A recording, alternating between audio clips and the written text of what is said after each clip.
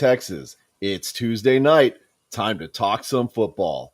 You guys know me. I'm SAJ, the loudmouth of the South. My buddy over here. What's up, everybody? I'm BD. Today I'm coming at you from the Barnacle Bill studio. Nice. I'm going to counter that with coming to you live from the one and only Waffle House studio that we had here over by Lackland Air Force Base. That, as quickly as it showed up, it disappeared. I don't know what happened. Nobody knows what happened. But that doesn't matter because we're here to talk about some football. That's right. Now, We're not here to talk about Waffle House or Barnacle Bills, which is basically just what's the name now? Laguna Madre. Laguna Madre. Yeah. Mm-hmm. And I love how that whole story broke the way it did, too, because Barnacle Bills was started for the kids who decided, we don't want anything to do with it. And so then they closed down all the restaurants. And everybody said, wait a minute, that Bill Miller's seafood wasn't so bad. And the owner said, all right, let's call it this then. There we go. That's it. It was the same, literally the same restaurant. Oh, absolutely the same. About yes. 10 years after the fact, or 15 years maybe. So obviously, a lot of crazy stuff going on. We weren't on last week. Both Brian and I had commitments. And so it wasn't possible for us to go on last week, which was fine because it wasn't really necessarily a whole bunch going on. But there's been just some craziness that has happened since then. So let's talk first things first. Okay. Let's start out with high school football. There wasn't really much to talk about the last couple of weeks, especially this last week. Brian and I were talking about the scores offline. Brian, you want to take it? Yeah, really, I mean the big name teams or schools in the city seemed like they all had bye weeks. Steele, Judson, so I think Reagan played, but they killed whoever little school team they played. So it really wasn't a whole lot of action in high school football. So yeah. Oh, and real quick before I forget, a couple of shout outs that we really need to start doing. First and foremost, shout out to Flex and Texan, our friend Luke Swain, holding it down for all the Ginger Billies out there. Love you, bro. What's up, Luke? And we definitely want to give a shout out to the the X Fan Legion, of which we're a proud member of the podcast crew. Everybody that's out there, thank you so much for joining us. And X Fan Legion, thank you for supporting us. And definitely tune in and get a Texas perspective on things, because I know there aren't very many shows in the X Fan Legion that are representing Texas, but we're keeping it down for you, right? So now that that's all cleared, high school, we love high school football here in Texas. Football is like a religion, but there just really isn't much to talk about. So we're not going to waste a whole bunch of time talking about that. So let's go ahead and kick it over to college. And college had some interesting things going on. So last week, obviously, we were not here to cover everything that was going on. And week 4, Baylor beat Iowa State, which is not a big surprise, right? Clemson whooped up on Wake Forest. I mean, that's, number 5 going against 21. You kind of expected that to happen, right? Most of the power teams that are ranked, they all pretty much did well. Let's see. I know. Where is our University of Texas Longhorns? Your favorite team, Brian? Yeah, last week they played Baylor, whipped them 38-6. Mm-hmm. And you knew that was coming. Oh yeah, absolutely. So, how did your 2 weeks ago, real quick, Tennessee and Florida played, and that turned out to be a pretty good game. That was number 11 versus number 20. Tennessee did get the win. Yeah. Tennessee got the win 38-33, but they were fighting the whole entire time. Yeah. That was the one, I believe we talked about it. That was the one they kicked like a 60-something yard field goal to win the game. Longest field goal in SEC history. No, I'm sorry. That was Missouri. Yeah. That was Missouri. Sorry, we're getting my games mixed up. Yeah. But as far as like last week or 2 weeks ago, A&M beat Auburn in our SEC opener. Yes. So, and 2 weeks ago, Texas actually lost to Texas Tech, but they lost in overtime. and it was off of a field goal. So, and that's really weird because Texas has been pretty dominant. And not saying anything about Texas Tech, but Texas Tech has not been the Texas Tech of old lately. And for them to be able to beat Texas this year, that's a pretty impressive feat. So, What do both, you mean Texas? Not UT, Texas. yes, No, UT's 5-0. bro, I'm looking at the score. Unless this is from like 2,000 years ago or something like Maybe it is. Yeah, UT's 5-0, ranked number 3 in the country right now. that. I think you got North score pulled up there, buddy. My bad. My bad. I was looking at the 2022 season for some reason. Which you would think that it wouldn't have it would have caught up. Yeah, So that's weird. my bad. That's Who what I get for did not. UTSA play 2 weeks ago? That was the game they played. Who was it? UTSA 2 weeks ago played, if I remember correctly, they Tennessee, played wasn't it? Army. No, two No, weeks no. ago they played Army. Last week they played Tennessee, Okay. and then this week I have to check the schedule and see who they're actually playing. Because for some reason CBS Sports only covered weeks 1 through 3. Way to go, CBS Sports, letting me down. Let me look at this week. Yeah, week 4, which was last week, Tennessee beat UTSA 45-14. Wasn't even close. They were much closer in the Army game than they were in this one, which is not the greatest for UTSA. Very sad. Actually, no. You know what? I may be wrong because that looks like that was week 4. Yeah, week 4. So week 3. No, that's correct. Week 4, which was last weekend, it was Tennessee.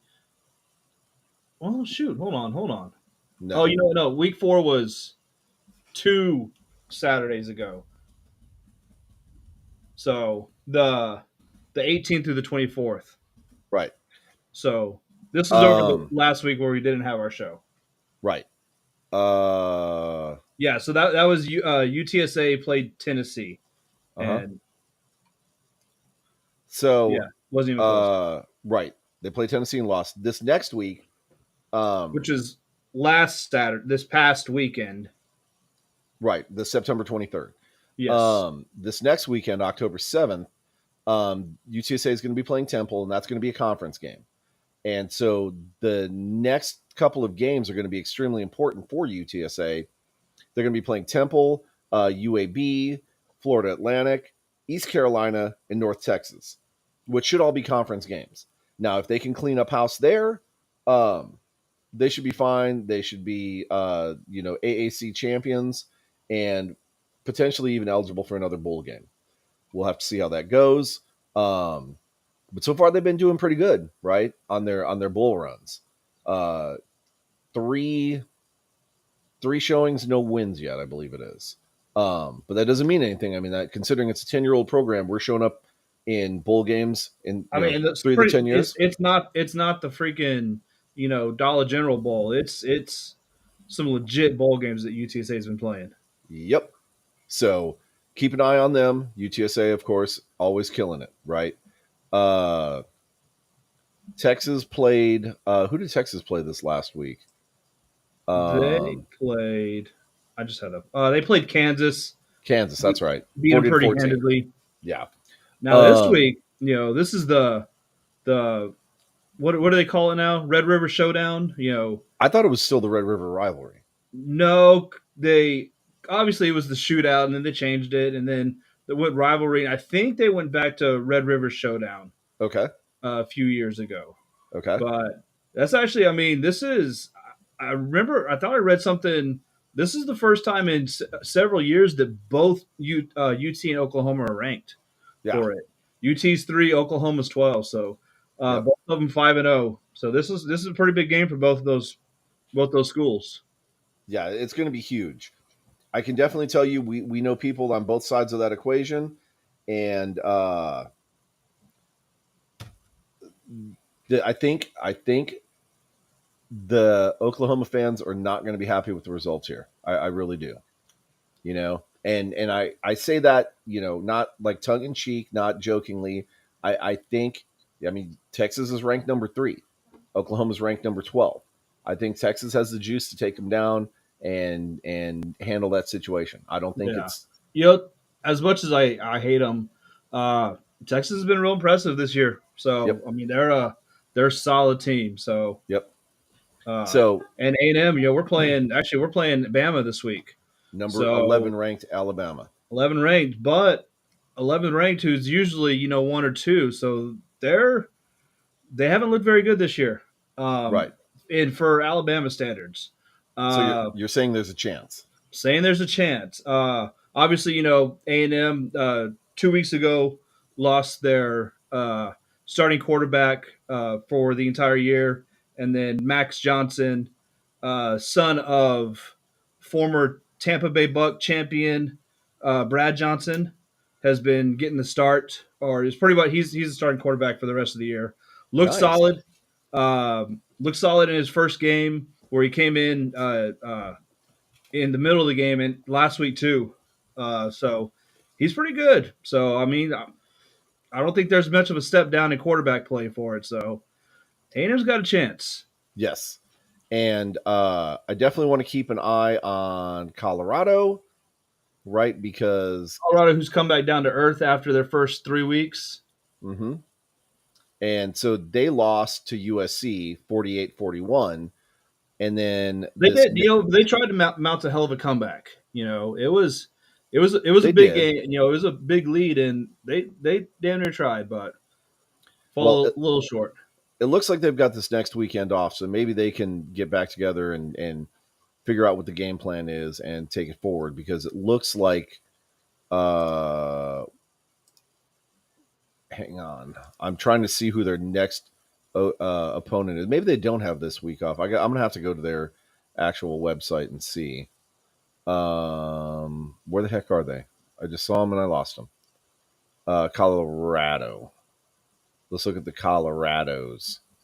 Um, they're playing Arizona State. Sorry, they do actually have a game this weekend, which is not going to count for a game. They've got Arizona State this next weekend, and then next weekend they're going to be playing Stanford, and then UCLA. But then they've got Oregon State, and then Arizona, and then it's not until November 17th where they're going to be playing Washington State, who's actually ranked, and then Utah, who's ranked. So unless some things change, they're going to have a pretty coast schedule. Yeah. So I mean, they've got. Well, I take it back. I take it back. Oregon State is ranked number 15. So that may be a thing.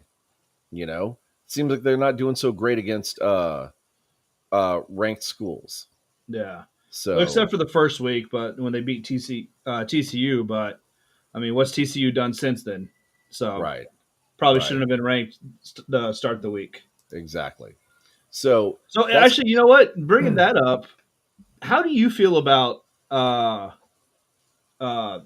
rankings like early season rankings for college football? I think they're absolute dumpster fires. You know, especially if they're going to be taken into account for playoffs. I think you should at least get a few weeks out of the way and then have a ranking. Mm-hmm. If it's just Well, for fun, whatever, cool. Hey, that's fine. But a lot of the playoff rankings are based on the AP rankings originally. If they were, I know the playoff rankings don't start till I believe week 6, but they right. do take into account the rankings of like the AP for the beginning part of the season. Mm-hmm. So But the problem is, so many things can change. Like you may have like a number 3 ranked team from this year that's going to get a high ranking next year, but they lose some key components. yeah, Or maybe they change their head coach, or maybe they change their strategy. Like we simply don't know.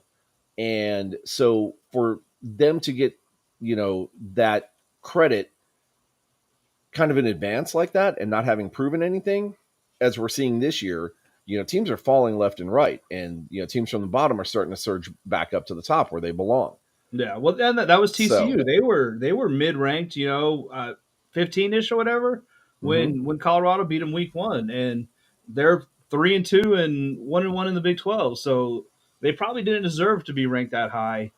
But if they had, just kind of muddled along, they may make it to the playoff rankings just because of their preseason ranking. Right. So So yeah, I don't really like the ranking system in college football. It makes no sense whatsoever. So uh for Florida Brian, our friend, it looks like Michigan is still doing well. They're 5-0. yep. Just win streak, right? They haven't lost a game yet. Neither has Texas, neither has Ohio State or Florida State, Penn State, Washington, Oregon, USC. So the top 9 are all undefeated right now. So Now I'll tell you, Georgia is still undefeated. They're obviously Georgia's number one, but they have looked not very impressive okay, winning those games. Like they've won them ugly. Uh, they've left teams in the games they probably shouldn't have. So, if kind of looking at it right now, if I'm going to pick a team that's going to lose out of the top, top five, I think Georgia would probably be my pick right now. yeah. Well, and if that's the case, then that should drop them down pretty far. You know what? I just realized that Oklahoma is 5-0 as well. Yeah, Didn't realize that they were 5-0, and they're 12th. So they're ranked below Notre Dame at 5-1, and Alabama at 4-1. But a lot of it has to do which with just goes back to your preseason ranking affecting where you're at now, or 4 weeks, 5 weeks into the season. yep. So again, it gets too convoluted. It's too hard to follow all that. Everybody should kind of start out at the ground floor and then work their way up, right? Yeah. But that pretty much covers college football. Um, do we want to do XFL now or save that for the end? Because there's a lot to talk about in the We can do XFL. it now. Okay, There is. let's We can talk get about into that. That XFL can now be then. kind of the meat of it. So we we were wondering kind of what was going on with just kind of some of the XFL players and where they're at and stuff like that. Looks like Brad Wing has signed with the Pittsburgh Steelers, which is great for him because he's already coming from that kind of Pittsburgh environment here in San Antonio and plugging in with the Steelers. It's just like the next step of evolution, if you will. So Yeah. congrats to Brad Wing. We also know that AJ McCarron was signed, and I'm trying to remember where he got Bengals signed practice to. squad. Bengals practice squad. Okay. Yeah, he went to the Bengals practice squad. Right. So there was some speculation about if they're signing McCarron, who said he was going to stay in the XFL no matter what. Now all of a sudden he's in the NFL. Makes you wonder how serious that Joe Burrow injury situation is over there Yep. in Cincinnati land. But some of the things I did want to talk about. Okay, there's a lot of speculation. There's a lot going on right now with this whole XFL USFL merger, and people are starting to gravitate towards the National Spring Football League name. Here's the thing, folks. Nobody knows what it's going to be called. Just because you have a catchy name or an idea or whatever, everything is still speculation right now. The people that are making these decisions are their net worth is more than what we're all going to make in a lifetime. Okay. They're the ones that are sitting down at the table deciding the fate of this league. That's important to remember, right? Because we're going to talk about that in a little bit, right? About the financial aspect of these things. But right now, everything is speculation. And now you can go on Facebook and you can share your opinion and you can, blah, blah, blah, whatever. But when you start saying, my inside source told me this or my inside source told me that, you have to take that with a grain of salt because right now, nobody, and I mean nobody in either organization knows anything that's going on. And we've heard that directly from XFL and USFL representatives. Okay. Nobody outside of the boardroom knows a single thing. Yep. Everybody is questioning what's going to happen. So speculate all you want, but if you're going to quote a source and I see it and I call you out on it, be prepared to back it up. And if you say, well, this guy I know told me,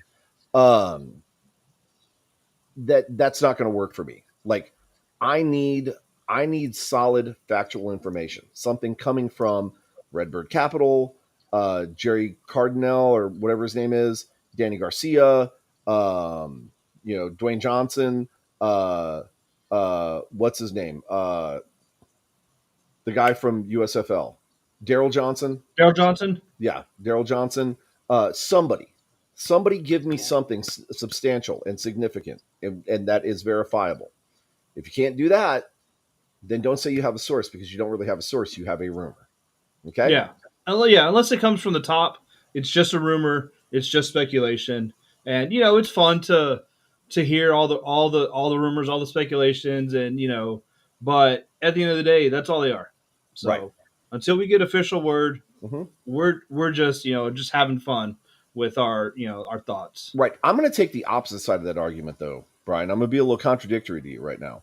I'm going to say it's not fun, because there are some fan bases out there that are in potential jeopardy of losing their team. And if you start making speculations about who's sticking around, who's not, all you're really doing is agitating those fan bases, and you're making things worse for them until they find out the actual fate of their team, whether they stick around or not. Basically, you're going to punish these people for months because you think the Michigan Panthers are going to stick around and the Houston Gamblers are going to stick around and the Houston Roughnecks are not, right? All you're doing is just abusing these people, and there's no reason for that, okay? So why don't we do this? Why don't we talk about the teams that we would like to see in whatever the new league is going to be called, which, by the way, I'm pushing for hashtag USXFL.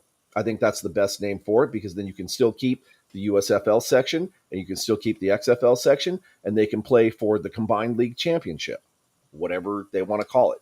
Okay. But I think USXFL makes way more sense than National Spring Football League. Here's the other reason why I'm saying that part. It's because there was already an attempt once at the National Spring Football League. If you don't believe me, go look it up. It happened in 2014. I think, pardon me, I think they went 6 games and went defunct. Okay. Do you really want They didn't have that? COVID to blame for it. Right. That was just plain old bad management. Do you really want that hanging over your league that you're just about, getting ready to start? Yeah. That is based solely on financial decisions as it is, right? XFL, USFL decided made more sense to combine forces rather than compete against each other. They're going to have to cut back some of the fat. They're going to have to make some things work.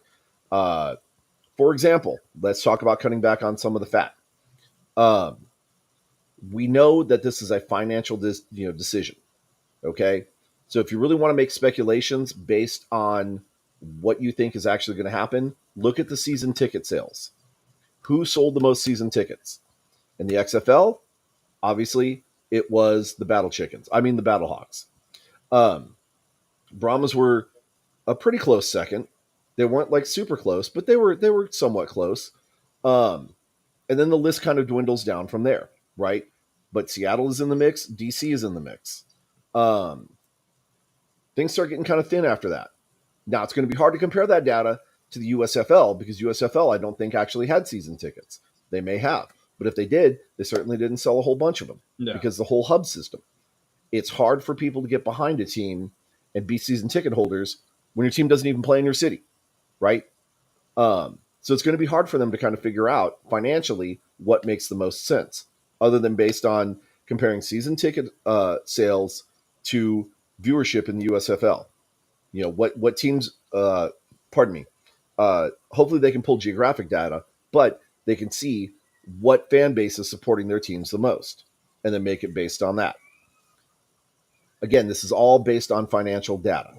Okay, you can look it up yourself. You can see what the ticket sales are. You can see what the ratings are. That information is out there. You can find it anywhere. I don't 100% know that every decision that they're making is going to be based on that same financial data that I just quoted. However, from a business standpoint, you would look at the financials. Okay, what teams are going to make you the most money? Regular, single game tickets, you can't really bank on that, because 10 people may buy 10 tickets this week. Next week, 8 different people may buy 8 tickets. The week after that, 15 people may buy 15 different tickets. You have to look at the basically the refreshing revenue, if you will. Yeah. And that comes from season tickets. Yeah, season tickets for them is guaranteed money. They know what they're getting for the entire year. It's not going to be hit or miss like the single game. Right. So, Merch like I said, merch sales. yeah, Merch sales, you can base financial information on that. What teams' jerseys are selling? Well, nobody has any team jerseys really. Um, but I don't know what USFL merchandise even looks like. Do they sell jerseys? What kind of stuff do they have? So, but those are the things that you've got to look at, and that's where you're going to find your information, or your the most accurate information that you can find outside of that boardroom. If you want to look at speculation, look at that information. Okay, but all that to say, we still don't know what's going to happen. Okay, the people in the boardroom that are making the decision, those are the people that are making the decisions. They've got the money.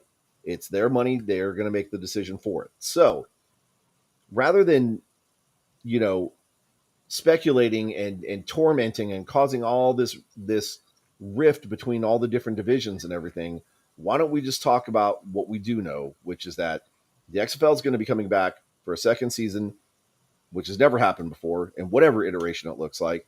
The USFL is going to have a third season in whatever iteration that's going to look like, right? Because if you look back at historical data, USFL did not do so good, right? The first time they came through. And so somehow, some way, things are working for them with the TV deals and everything else. Things are working well for them. So they're going to be bringing some teams to the equation. There's speculation about the name. Again, it's speculation. We have absolutely no idea. But if you want to speculate about a name, pick a cool name like the USXFL. Okay. Um, but let's keep doing what we're supposed to be doing as a fan base, right? Season tickets. That's the money. That's how they determine how important a team is going to be to the success of the league. yep, Okay. Uh, Warren has a great point here, right? Leagues need to figure out why the stadiums aren't full before they combine the two leagues with mostly empty stadiums. You're 100% right, absolutely. right? And that is a good segue to lean into what I'm talking about. The season tickets are where the money is. That's how a league is going to determine how important a team is to that league. If you want your team to be successful, if you want your team to stick around, if you want your team to be on the safe list, if you will, start helping push ticket sales. Okay. And not single game tickets, season Yep. tickets. There are incredible packages out there for all the fan bases at every different income level. Okay. Some may be able to afford the $500-600 a season seats. Some may only be able to afford the $25 per seat season ticket packages. So that's what, 125. Um, there are opportunities for everybody at every single price point. Reach out to your local ticket representative and see what they can do for you. And I'm pretty sure that they'd even be willing to work out some kind of deals with you for like payment plans, stuff like that. The XFL wants to succeed. The only way they're going to do that is if a bunch of people are buying season tickets, such as, the 20,000 fans here in San Antonio Yeah. buying season tickets at whatever section. Okay. So do yourself, do the league a favor. Go out today. Get a hold of your ticket representative. Get some season tickets. Make sure your team is going to stick around in your home city or at least play in your home city. Okay? And That's I guarantee you, these teams that are rumored to maybe be on the bubble or be on the outside, they go and they sell 20-25,000 season tickets. Well, they're not going to be on the bubble anymore because whatever nope. new league happened, they're going to say we want that team in this league, no matter what. Yep. So Because they managed to sell 25,000 seats. yeah, And the Birmingham Stallions sold 500 seats, right? Which one, from a financial standpoint, Brian, which one makes more sense to you? I mean it's obvious. Yeah, the team that's packing the stadium with season tickets. Exactly. So So Houston, just smart business right there. Houston, if you want your team to stick around, go out and buy tickets. Chances are they're most likely going to be playing at Rice. If you want to see them there at Rice this next season, sell the heck out of season tickets. Put a pin in this one. We're going to be talking about Houston in a little bit, okay? But it's going to be towards the end of the show.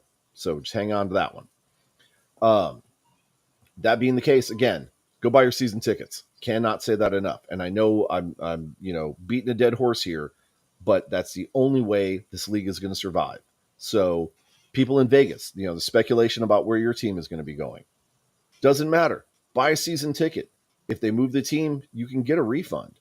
Orlando, same thing. Buy season tickets. If you want that team to stay there, because I really don't know Orlando. I've never been to Orlando. I don't know anything about the city, but it doesn't sound like there's a whole lot going on in Orlando necessarily. Go buy a season ticket. They're relatively cheap. We know a guy over there, Deuce Dosage. He's an incredible super fan. He'll show you a heck of a time. Oh, But yeah. you got to buy a season ticket, okay? So go out. I think your he was part. hanging out with us in Arlington, I believe. No, that wasn't the Orlando fan that was there. In Arlington? Yeah, Maybe. I don't remember. There was a Arlington couple fan Orlando being fans there. that were hanging out with us when Okay, we were and that out could there. be. I thought he was one of them. Maybe. What's up, Florida Brian? How you doing, kid? What's up, Brian? Congrats to your stinking Michigan Wolverines and their unbeaten record so far. We hate them. We don't really hate them. But as a Wisconsin fan, yeah, I kind of hate them. So deal with it. XFL fans, make sure you're doing your part to support the league. Okay. Now that being the case, we pretty much beat that horse into the ground. There have been some pretty decent transactions. If you go to the XFL website, you can see all the players that have been released or the rights have been acquired to. And it's a pretty meaty list of people that had been released to have opportunities to go, jump into the XFL in some way, shape, or form. The latest, of course, like we said, Brad Wing. So pretty sure he's going to fit in well in Pittsburgh, and I'm sure that he's going to have a pretty successful career. I don't know when his jersey is going to be available, but we'll probably look into that. I'd say we talk about some USFL news, but there's never any USFL news. It's just it's USFL being USFL. It's all like this now with the XFL. So until we find out, positive confirmations, we're not really going to speculate too terribly much here. Now, let's talk about some arena football, Brian. I think if I'm not mistaken, you might have some extremely late breaking news. And by late breaking, I mean like yesterday? We're just late in getting it to you people.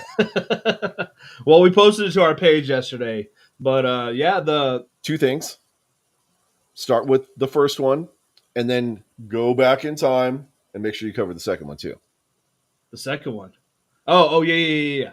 So obviously, we posted it to our page yesterday, but the Gunslingers announced that they signed Casanova as their starting quarterback, which if you don't know who he is, he was he's the reigning NAL MVP from last season. Damn good quarterback. So he's a big get for the Gunslingers. So why is that important, Brian? Why is it important to have a quarterback of that caliber? Well, it's important because the Gunslingers are now moving to the IFL. Exactly. For those that maybe don't follow arena football super closely, the IFL is kind of the pinnacle league right now of indoor arena football. San Antonio moved from, I forget what the first league was, but that's where they had the, the Austin homeless people. And I say that tongue in cheek, but they had no home stadium. They never played a game in Austin, to my knowledge. That's also where the North Texas Bulls were in, that we had some really fun games against. Yes, we did. And then San Antonio moved up to the NAL. In the NAL for 2 seasons. That's where Coach Shaw took a very disabled team and turned it around. And then won Coach of the Year. And then second year got us into the playoffs. Okay. Now we're stepping up to an even stronger league. So basically the strongest league in arena football, if you will, is going to be home of the San Antonio Gunslingers. So You're going to step up to the pinnacle. That's where the Frisco Fighters were, who went deep, deep, deep into the playoffs and basically lost in the semifinal round, right? Well, actually, it was the final round, I believe, before the championship game. Yeah. And so this is going to be some really stiff, serious competition. Right? There's some other teams that have stepped up in the IFL. I'm sorry, yeah, to the IFL because the AFL is trying to snipe some old AFL teams, which creates opportunities for us. That's perfectly fine. AFL, we still, I mean, there's like 3 teams that have been announced. Nobody knows what's going on with the AFL. We can't really spend much time talking about it because there's nothing to talk about there. But now that we have this opportunity, now we can prove to the rest of the indoor leagues that San Antonio is a serious contender in whatever league that they're going to be in. And to do that, you got to have the quarterback. You got to have the coach. We've already talked about the coach that they brought on. Now we have Sam Castronova. Yep. We're going to be a serious force to be reckoned with, I think, in the IFL. So very much looking forward to that. I do hope they put in some air fresheners and maybe change out a couple of light bulbs, maybe throw some fresh paint on the Freeman Coliseum because it's a little old, a little dark. And I hope they do something about the staff. You know what I'm talking about, Brian. What? Yeah. Get your guns Get up. your guns up. Only on offense. Yeah. Well, no, not only on offense, only on defense. Yeah. Okay. Now, see, that's the confusion. That's where the problem is. But going to be fun stuff. Real quick, I want to circle back to this comment from Florida Brian. Brian, you should just put your name as Florida Brian. Merger makes him nervous. He's for the merger, but not the hub model. Teams can have general hub or 2, but must play in their respective cities like the XFL. You're right. I think if the leagues stay with the USFL hub model and are playing in a neutral home stadium, if you will, I think they're going to lose a lot of their fan base. And the community engagement and connection that the XFL was pushing so hard for towards the end of the season, and what they were talking about after the season was over, what they really wanted to push this season, it's never going to happen if they try and do a hub model like the USFL does. And so all of those fan bases are going to fall apart, and then the league is going to fall apart. If they, which obviously you said before, this is all speculation, and that is one of the rumors and speculation that they're looking at it. But if they do that, if that is something they do move to, that's my opinion is that will be the death of this new league. Absolutely, you can't sustain a league if you don't have buy-in from the home teams. You can't have buy-in from the home teams unless you have the teams there. 100%. And it's impossible to support a league without a fan base, right? Yeah. We've seen how difficult, just from a player standpoint. We've talked to several people on a different show. We've talked to several players who say that crowd interaction, that fan base makes such a huge difference in the game, right? Call him BW. We could just don't call you BM because that would just be insulting. That would be bad. You got to have that Facebook. You got to have that fan base. Okay. The fans fuel the league. The fan dollars support everything that the league is going to do. So let's not make the mistake of going to the USFL model in relation to the XFL fans, because that's going to tank everything. Yeah. Okay. I don't mind so much if they hub the teams in one location to cut down on expenses. Look at Brian. He's fancy. He's a BMW. I'm going to start calling him Audi. No, I'm kidding. But if they want to do that, and if they can find a way to be successful with saving money that way and flying the teams. You mean like during the week for practices and stuff like that, which is the... What up, Dirty? Hey, what's up? Oh, Dirty Toro. Um, Because that's what the XFL did. They were all hubbed in mhm, Arlington and did all their practices throughout the week, and then mhm, went to the cities. And that's cool too. right. That is fine. But obviously, they have a foothold in their cities. They have the games in the cities, so that's Yep. hubs work for practices, not for games. Right. And I honestly wonder what the cost saving is of having a hub. Like, for example, our hub was in Arlington. What the cost saving is of having the hub in Arlington and flying the teams to each city versus, uh, I mean, obviously you're going to have a tremendous amount less expenses by not flying your team anywhere if you're all in one location. Um, but again, you lose those fan dollars. So is that really worth the trade off? Couple of thousand for travel expenses versus, you Yeah. know, a couple 100,000 that you're losing in your fan base. It doesn't seem worth it to me.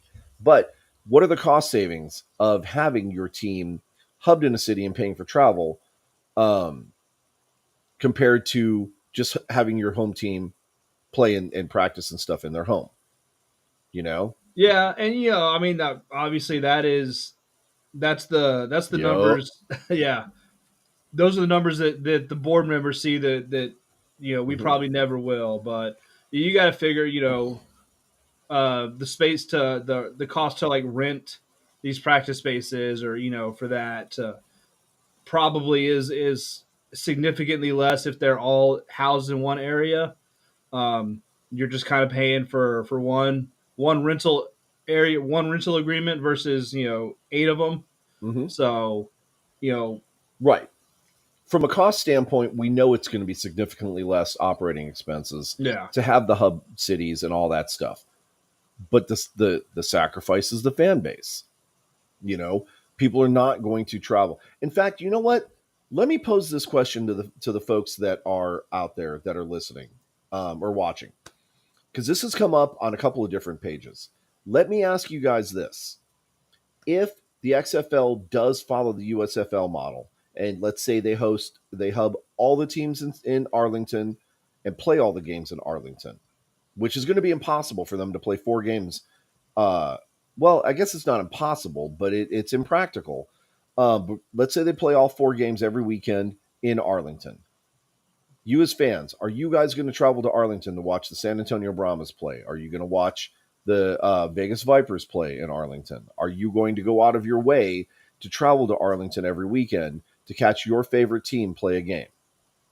Respond in the comments, and we'll go from there. Um, so Robert right here said Arlington didn't have to fly anywhere.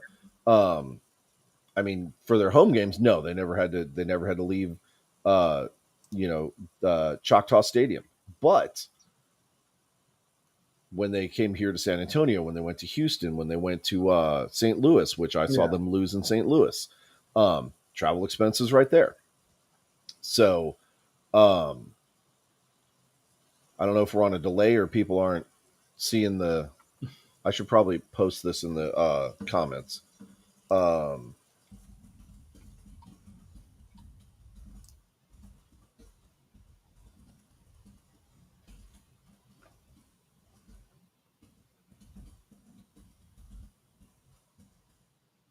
Sorry, folks, didn't mean to have that dead silence there. Um, but Brian, right here, BW said they could have a hub in Arlington in either Houston or San Antonio. They could. I mean, they would only have one hub in Texas. They wouldn't have multiple.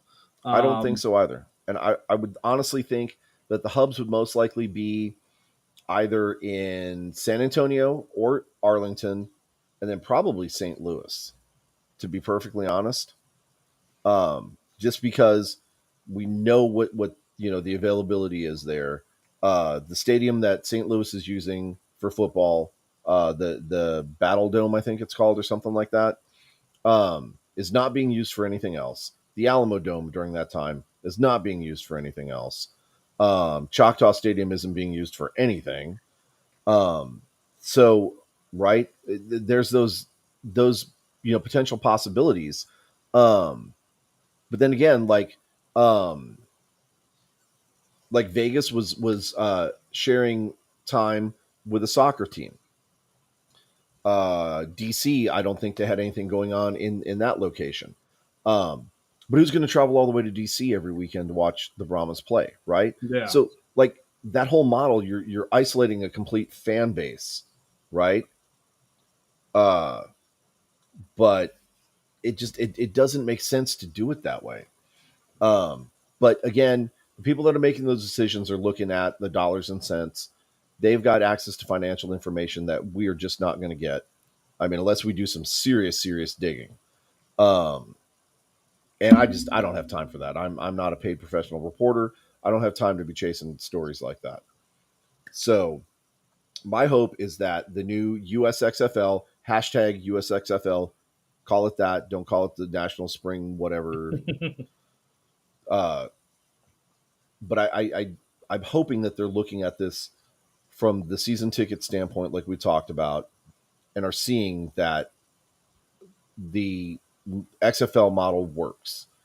They just need to take those USFL teams and put them in their home cities and actually let them play and start building a fan base. Yeah, And they'll absolutely. see a return on that investment, and it'll be a great thing.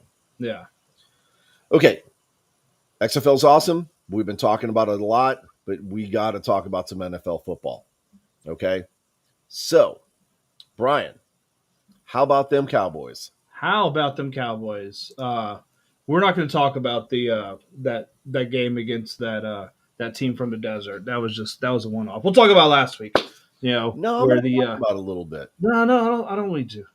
And the one biggest thing that I regret from that game is that you did not get beaten by little baby tiny Kyler Murray. I You would have know, loved to have seen that. yeah, but we lost to a dude with no eyebrows, so that's even worse. That's true. So, That's true. but no, I mean about that game, you know that's one of those games that the Cowboys needed. You know they've been put on a pedestal for the first couple of weeks of the season. You know, everyone claiming Super Bowl champs. You know, Micah Parsons, best player in the league, going to win MVP. You know, all this stuff. Um, you know, that's kind of one of those. You know, all right, back to reality games.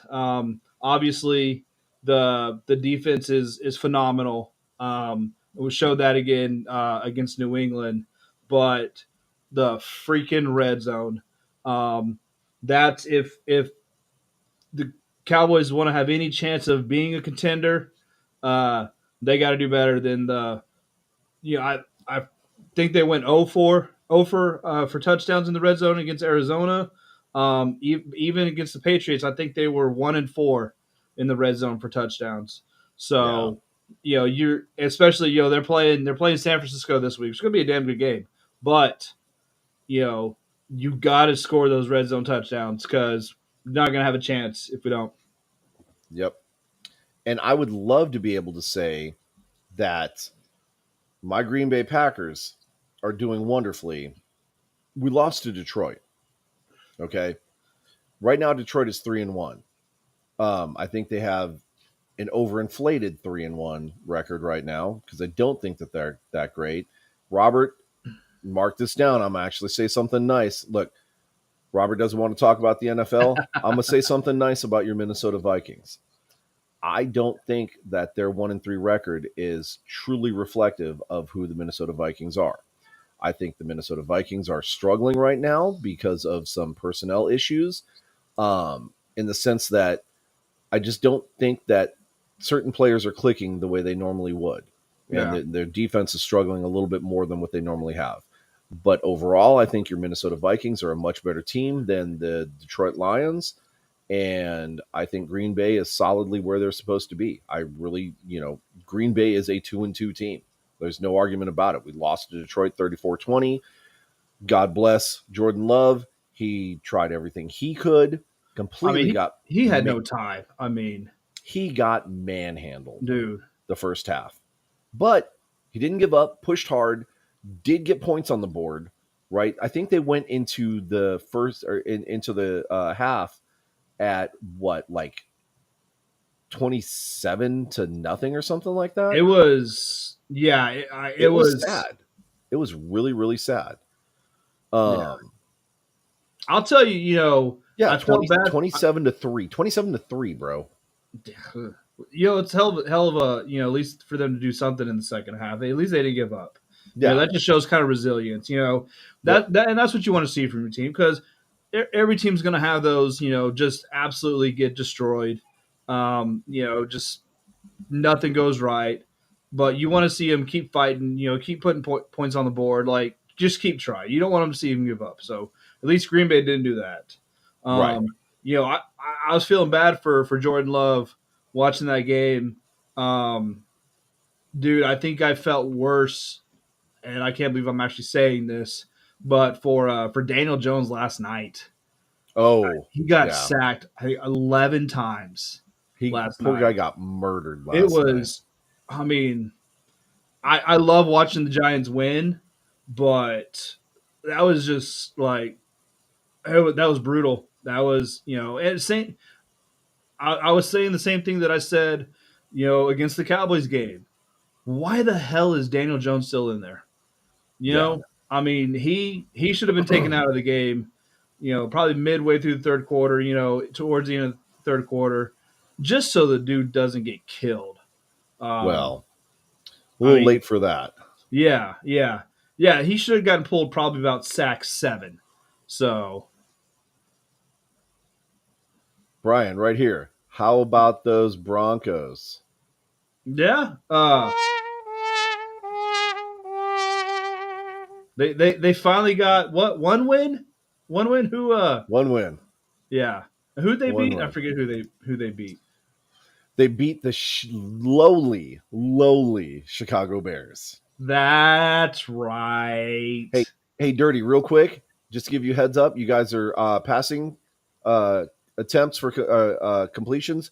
You're 108 for 157 with 1,214 yards, 68% completion ratio. That I get about the turnovers. That's why I'm saying your team is not as bad as their record is showing right now. I think they've just got some struggles. I think they're gonna tune it up. They're gonna turn it around, and it's gonna be a dogfight between Detroit and Minnesota. And you're only a quarter of the way into the season right now. So Right. this is Jackie's gonna get scared by a nun later. that's Don't worry, right. Jackie. They scare me too. No, it's the movie, guys. We're talking about the movie. Oh, we are. Oh, Yeah. Uh. Real quick. Oh, absolutely. Dolphins and Bills in the playoffs. Absolutely. Both probably the two best teams in that division. And you've got to counter that probably 2 of the 5 worst quarterbacks between on the Patriots and the Jets. Yep. So now, throwing a little X Factor question here for you. How much different would the landscape look if Aaron Rodgers would have not blown out his whatever Ashwaubenon muscles that he blew out? How much different would that scenario look? Oh, absolutely massive. I don't recall the entire Jets schedule, but they probably, I think they won that first game against Buffalo and they've lost. Obviously they lost against the Cowboys the following week, and then I forget who they played. They played the Chiefs on Sunday night, and I don't know who they played last week, but obviously they lost all the games. Well, there is no way they were going to beat. Well, and here's the thing though, that Chiefs game, it was 23-20. Dude, it was a close game. I mean, I said that Zach Wilson's one of the top or the least 5, as far as worst quarterbacks, bottom 5 there. I still think he is, but he played a hell of a game.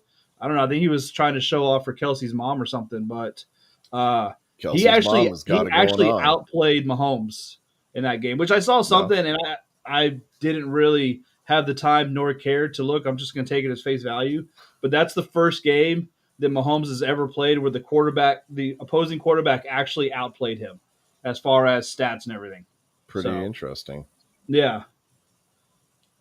Right here, I would 100% agree with that, Robert. I think the AFC is way, way stacked with talent compared to the NFC. I don't know about that.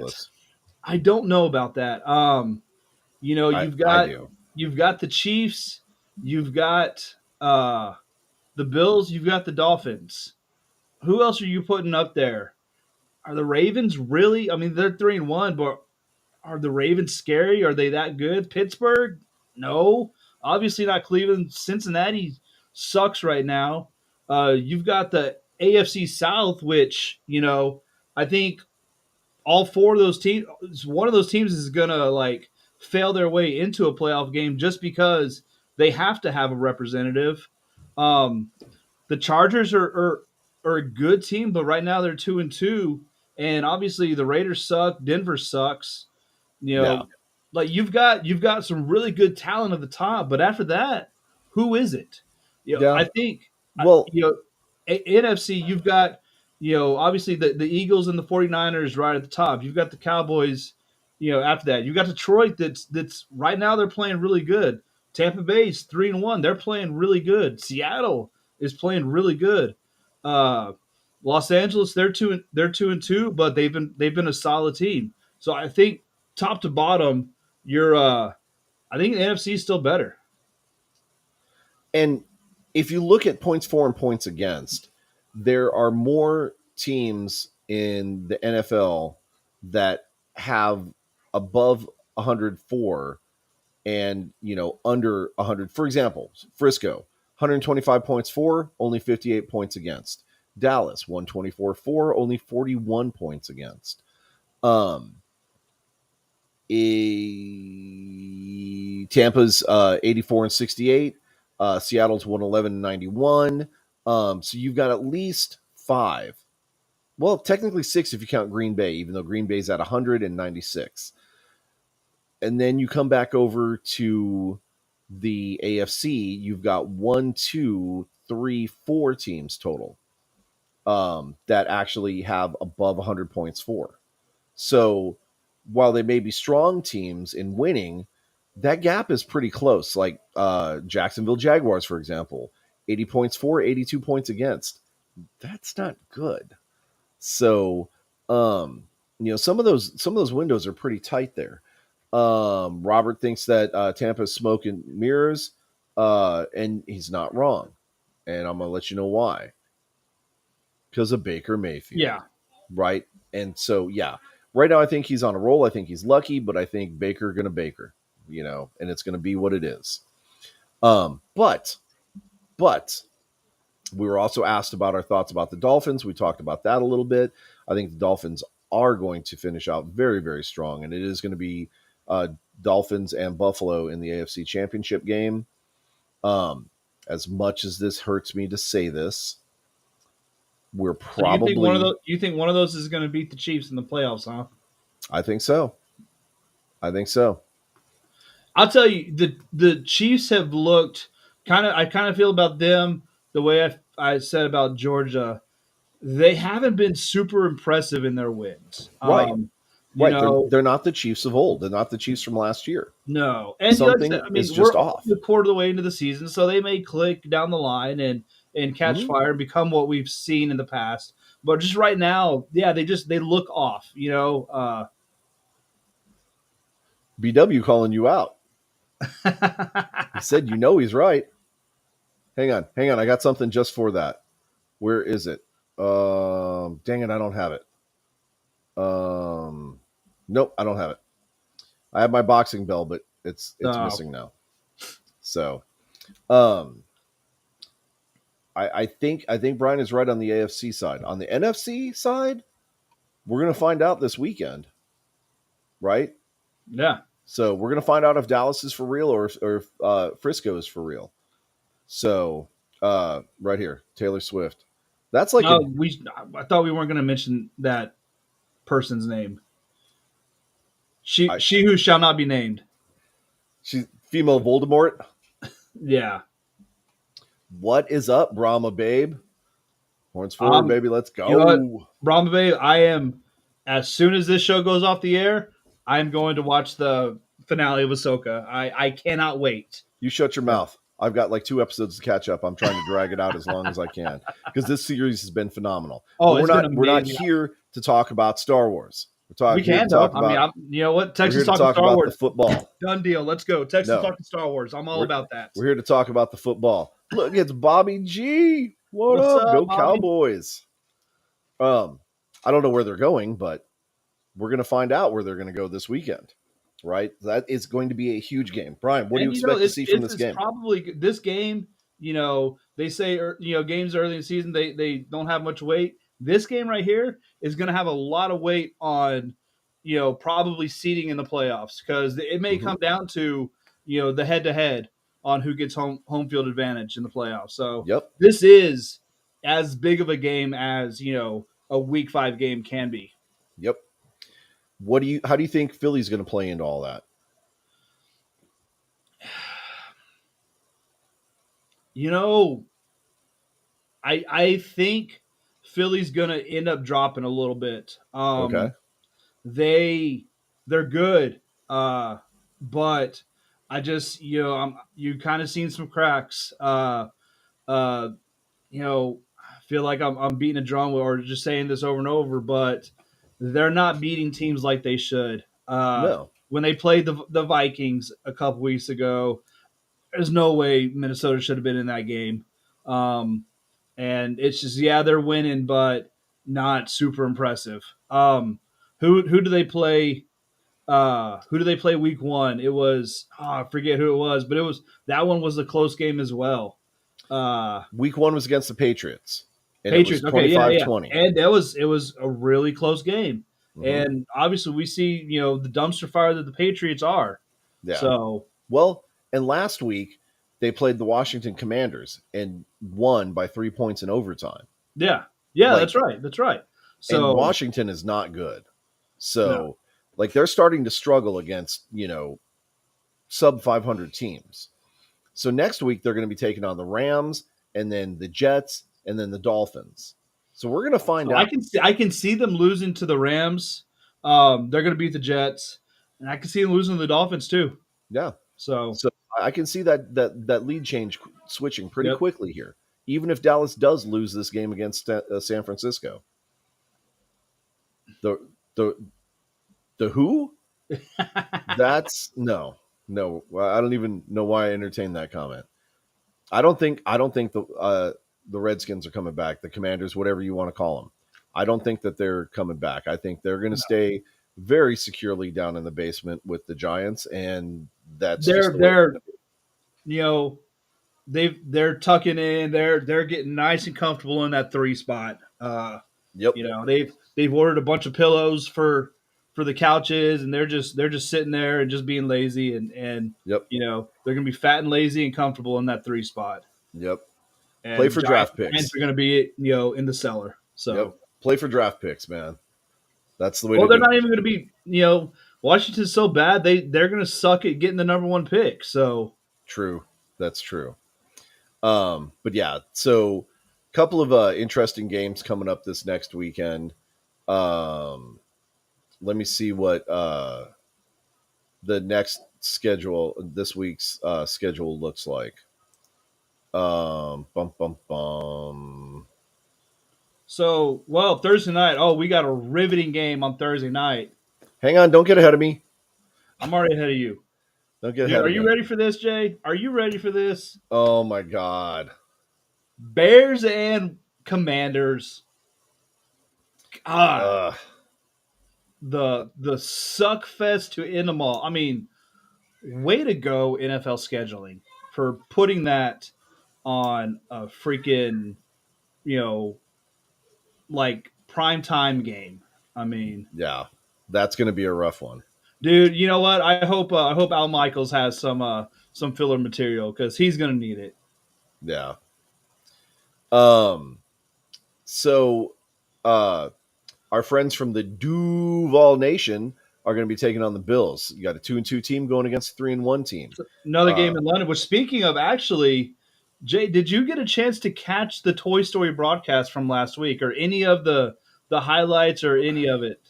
I got to watch little bits and pieces of it, but unfortunately I was preoccupied, so I did not get to watch the full thing like I wanted to. But I heard it was the event of the season so far. You know what? It was weird. It was cool. I watched about 5 to 10 minutes of it. Um, I had both games on, side by side, Uh-huh.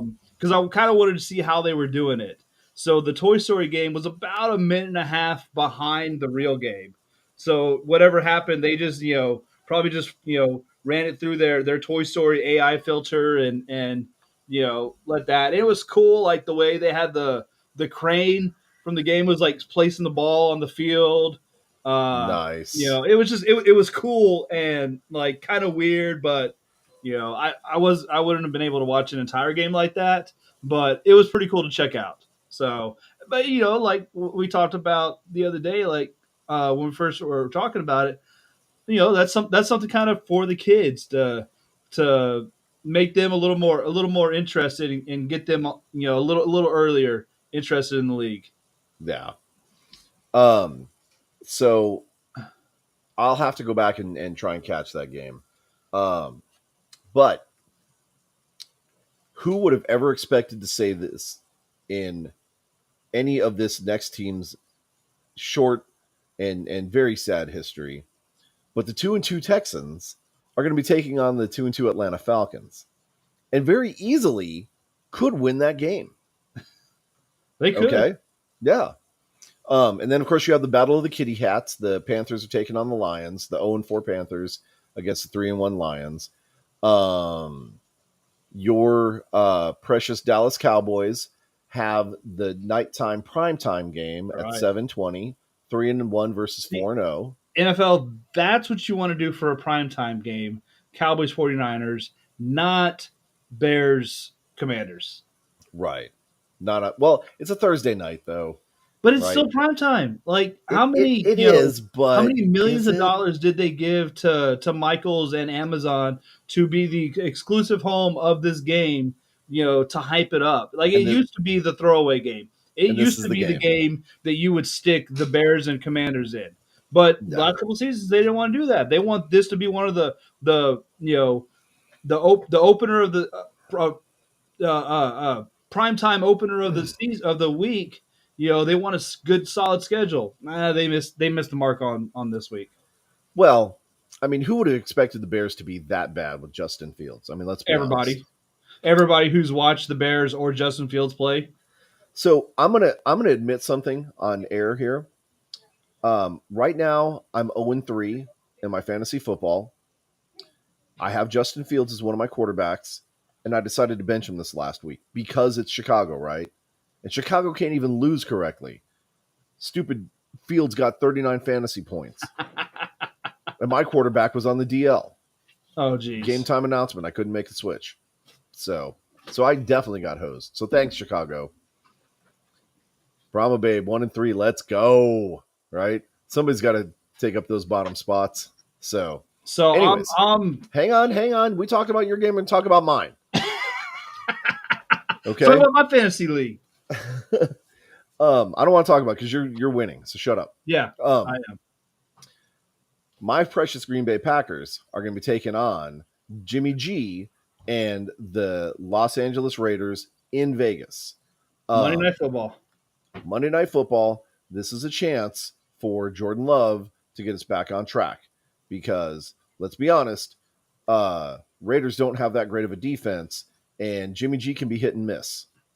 And we're being completely honest here. Green Bay has one of the worst defenses in the league right now. We are just absolutely atrocious. So we cannot stop the run. We can't seem to stop the pass. All we can do is hope for Jordan Love to bring us back in the fourth quarter when the other team's offense is so tired from scoring all the points on us that we actually have a chance to stay in the games. I do think y'all are going to take it this week, though. So I think we will, and we'll be 3-2, but I don't know that that's going to be an accurate representation of what we're able to do. Again, I'm very, very thankful that Jordan Love has come out and done what people expected him to do to prove that he is a real legitimate quarterback. Okay. I didn't expect him to go out there throwing, strikes every single pass. I didn't expect him to be, racking up 100 points on the scoreboard every night. I just wanted to see that he had the chops to be able to be an NFL quarterback, and he's done that. And so I'm good. absolutely. Okay. I mean, the shoes that he had to try and fill to follow were absolutely massive, and he's not to the caliber of Rodgers, of Favre, but I mean he's done a damn good job, Yeah. for And what he's got, what he's had, what he's right. had to kind of overcome. I mean, hats off to him. Like I said, damn good job of what he's been doing this season so far. Yep. And who knows? Maybe in another year or two, maybe he'll be even better. Yeah, Maybe he could be the next, incarnate in Green Bay. We'll have to wait and see. But at least this year, he's not dead. That's the important thing. So, got some great football to watch this weekend on the NFL. We've got some incredible college games going on this weekend. We're definitely pulling for our UTSA Roadrunners. Go Runners. Um, we probably should start talking about Trinity and UIW also. I mean, they do have football teams. they So do. maybe next week we'll start talking about them a little bit also and cover a little bit more of the local college.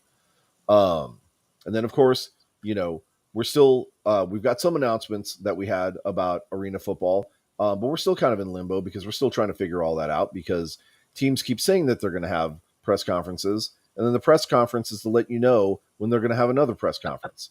But Yeah, with the last couple of minutes in the show, um, myself, Brahma Babe, Rig Rocker, and Ballhawk One are going to be meeting Deuce Dosage over in Orlando this weekend to go to the XFL Player Showcase. And so I will be reporting live from there and just checking in with you guys, letting you know how things are going, letting you know kind of the feel and the health check, if you will, of the XFL, because there's going to be people there that we're going to talk to. I am confident that I'm going to be reporting back with good, positive news about the league. So make sure that you're checking that out. And also, this is one that goes out for all of our podcasts that we're involved with. The weekend of Martin Luther King Jr. Day weekend, which should be January. It should be January 13th to be exact. You're going to want to start keeping your eyes out for an event that we're going to be hosting in Houston that is going to be led by our friends in the Houston fan base, the Predator couple, Rig Rocker, and I believe a couple of other people. But it is an event that's going to be sponsoring the Houston area women's shelter, and it's going to be held at the R&R Bar that weekend. And all the proceeds from that event are going to sponsor, or are going rather to the Houston area women's shelter. Now, this women's shelter is extremely important because their mission is to combat domestic violence and sexual abuse and sex trafficking. Okay. We want to make sure that everybody knows that the XFL supports that organization and the fan base supports that organization because we are against things like domestic violence and sexual abuse. Um, that's not how good people treat people. Okay. So we want to make sure we're doing our part to stand up for the charities and organizations that need that help desperately. So make sure you're keeping your eyes out for flyers to talk about more information about that because there's still details trying to be worked out and everything. But we at least have an organization that we're helping, the location that we're doing it at, and who all, of course, is going to be involved. So your friends here at the Horns Forward, or I'm sorry, at the Texans Talking Football podcast are going to be there. The Horns Forward podcast should be there. I believe the X Fan Show is going to be there as well. I'm sure there's going to be some Houston podcasts that are going to be there. And if not, I'll make sure that we let them know so they do show up. And again, just keep your eyes out for it. It's a worthy cause. You're going to want to be involved in that. I've heard that there's potentially even some celebrity grudge match bowling that's going to be happening the Friday before. Lots of cool stuff that's going to be going on. And we may even be supporting another charity in that endeavor also. Again, more details coming. That being the case, make sure you're staying tuned to our show. Make sure you're staying tuned, to the interwebs so you can catch up on the football that we're talking about. And Brian, you got anything else? I do not. Thank you guys. Thanks for staying with us, chatting with us in the show. We're gonna sign off here, and it's a Soka time for me. So may the force be with y'all. Oh, and also with you. That's the Lutheran in me speaking, though. All right. We'll see you guys. Take See you care. guys.